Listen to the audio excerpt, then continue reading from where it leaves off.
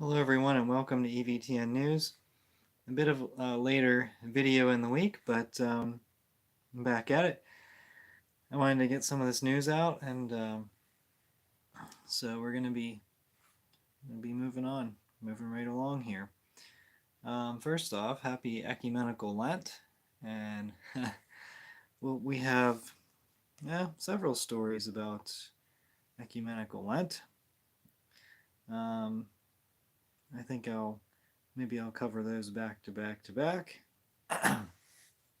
So, first off, let's go with Old St. Mary's School in Chicago.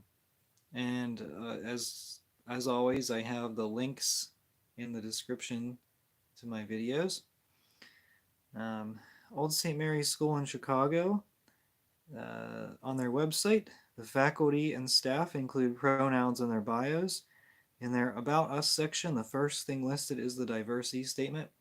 And if you look through their list of faculty and their list of staff, I think there was one employee who did not have pronouns listed. So maybe they didn't ask she, her about pronouns. But uh, even in even in popular culture, I mean, that's becoming a thing of the past, I hope.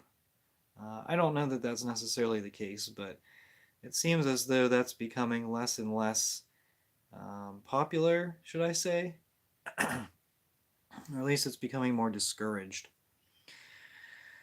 Um, and that brings us to Pope Francis. Now today, it really appears like Francis is not in good shape. I think the report in the morning said that he was resting.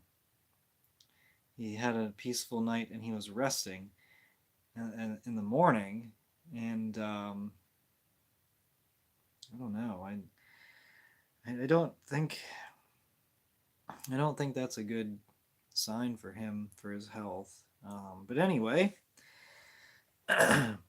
meanwhile, the Francis bot, who is the people, whoever it is, that are making the decisions for him, appointed Dom Joachim Moll, age 65, a well-known ideologue of liberation theology, as coadjutor bishop of the very important Brazilian diocese of Santos, Sao Paulo.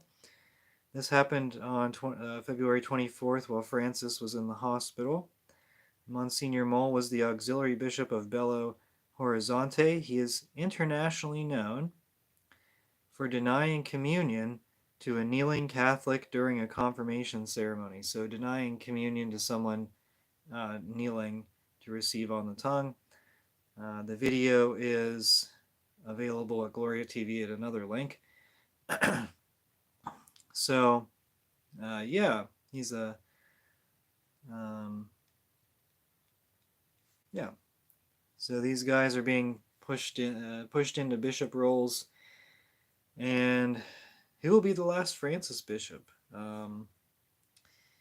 He's the Francis bot is appointing bishops every day, new bishops every day. So far, he hasn't. The Francis bot. I don't want to say Francis because he's not doing. He's probably not appointing them, even though he'd probably agree with their appointments based on, you know, the promotion of McElroy to DC. I mean, he'd probably approve the he'd probably approve the consecration of a bishop who wasn't even Catholic, but well, because is McElroy really Catholic? I don't know. I mean, he's certainly a heretic as Bishop. Don't take it from me. Take it from Bishop Paprocki. I'm skipping over that for now, and is that it? Oh yes, there's several. Okay, Cardinal McElroy. Speaking. Oh well. Speak of whoever. Cardinal McElroy indicated he has no plans to meet with President Donald Trump after his installation as the new Archbishop of Washington next month. He has no plans to meet with Trump. Yet he recently had a lengthy conversation with former President Joe Biden. Former, well, former resident of the White House, Joe Biden. Um, yeah, so McElroy, he's fine having a long conversation with Biden, but he has no plans to meet with Trump. So there you go. He's only there to undermine everything Trump does, and it's really sad that these guys they've made themselves irrelevant. That's for sure. Now, are they making the Catholic faith irrelevant? No, but I think uh, I don't know. It's from an outsider's perspective. I think that it, they are really kind of making the Catholic faith seem irrelevant. Um, the idea is to evangelize, but you're not evangelizing people by just insulting Trump. I mean, and with the immigration money, it's sad. Okay, Bishop Joseph Markets of Austria on Wednesday appointed the pastoral theologian Barbara Velick-Frank to the new diocesan post of Episcopal Vicar for Synodality and Church Development, effective March 1st. Bishop Marquette claims to have created a new extra-canonical title specifically for women. He refers to Francis's final document of the Synod, which allowed for the creative activation of new forms of ministry, endorsed new forms of ministry, and endorsed the appointment of women to leadership positions in the church. Similar appointments have already taken place in France, Switzerland, and Belgium, so they're just going to try to make women replace the positions of bishops and priests. And it's not, the synodal church is going to fail. I mean, it doesn't matter who's the next pope. The synodal church is absolutely destined to fail. Okay, so if that wasn't enough for you, then let's talk about what Cardinal Dolan said. And just in time for the bots, because Catholicism is the only way to heaven. All right, and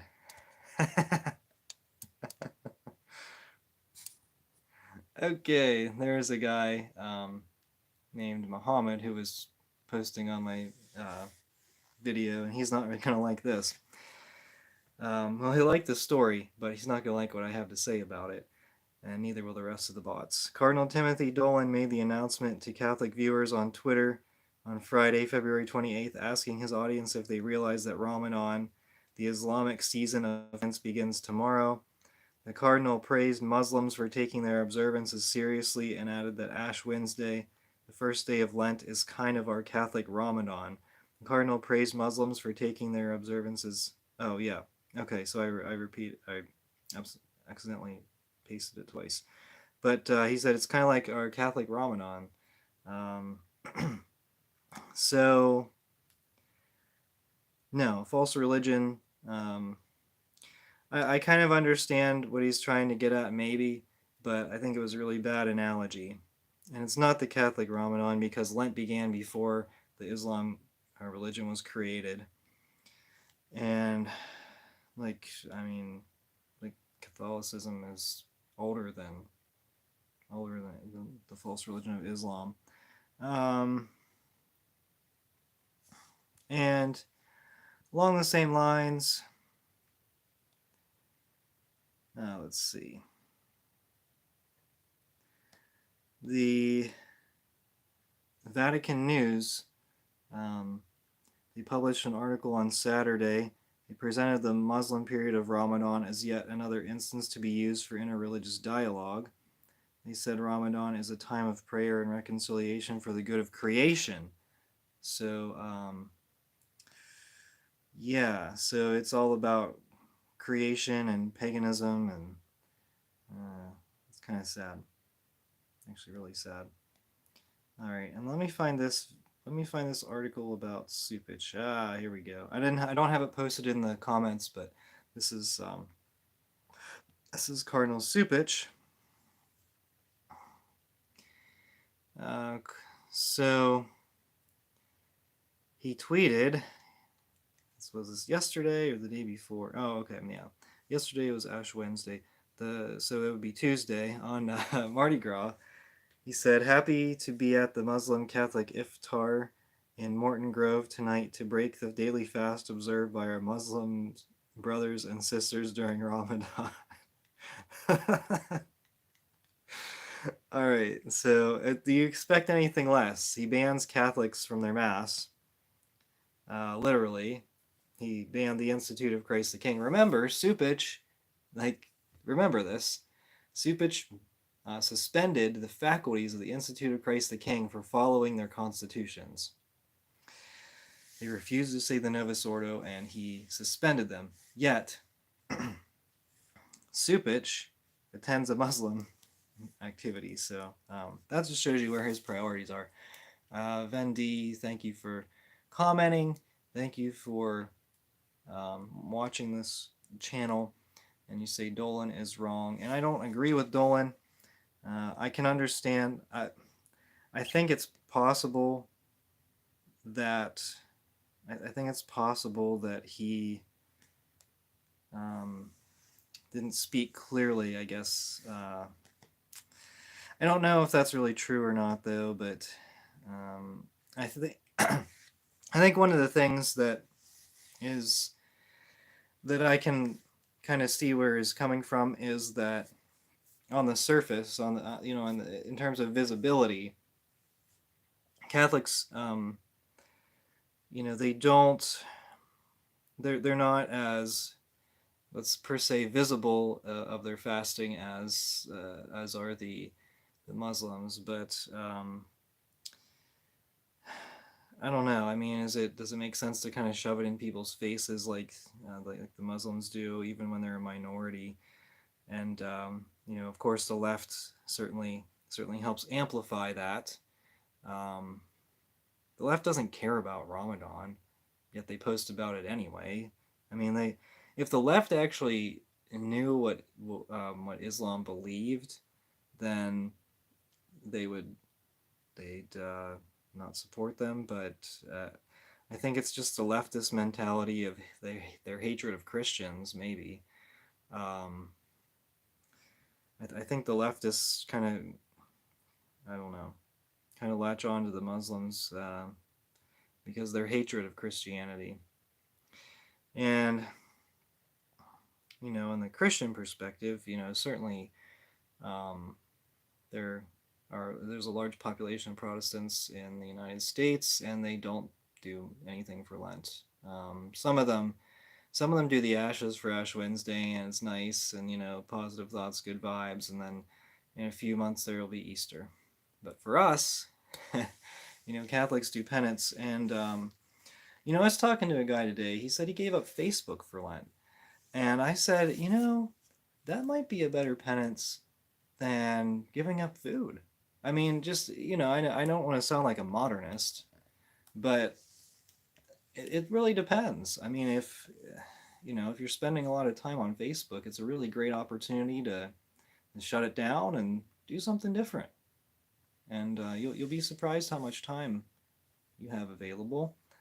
Um, so yeah, I'm sure everyone that's watching has already decided what you're doing for Lent. So no problems there. But I mean, it doesn't hurt to even pick a day and do something different, or just self denial, even for something, even in a specific instance. Um, it's never too late to do any kind of penance, and the whole purpose of the penance is obviously to drive us to repentance. There's always room for improvement in the spiritual life, and try reading some spiritual books. So I have a lot of book reviews on this channel, and I mean, whether you watch the book reviews or not, just try reading some traditional books, and try reading the lives of the saints, and just see how far you have to go. I'm currently reading a book on purgatory, and people were in purgatory. People were sent to purgatory for what I mean, for sins that are like so, from my perspective, inconsequential, but they're still sent to purgatory for it. And would you do you want to spend a lot of time in purgatory? So, and because of these sins, and these were sins that people committed before, we had so much of the luxury of modern times. So now, with our constant distractions, without the prayer lives that previous generations have had, where does that put us? I mean, it's just an interesting way to reflect on things. So we have several weeks of Lent, and then Easter, and it'll be a late Easter. Lent was late this year, very late actually. I think next year it's going to be quite a bit earlier, maybe like 3 weeks earlier than it is. I think last year it was pretty early too. So Easter might actually be warm this year. A lot of times it's kind of cold. Sometimes it's kind of cold, and might be warmer this year. So at least in the region where I live. And we'll see what happens with Pope Francis. Novus Ordo Ites Vatican II created the mess of so few Catholics fasting or practicing the faith in any way. They caused it. Oh, yes, and actually that reminds me, now I can tell you next week. I have to look at my calendar. If I remember correctly, I think the first full week of Lent is Ember Days, but I'll have to read my missal and check that out. Okay. Well, that's all I have for today. So until next time, thank you so much for watching. We are the laity, and we will not be silent.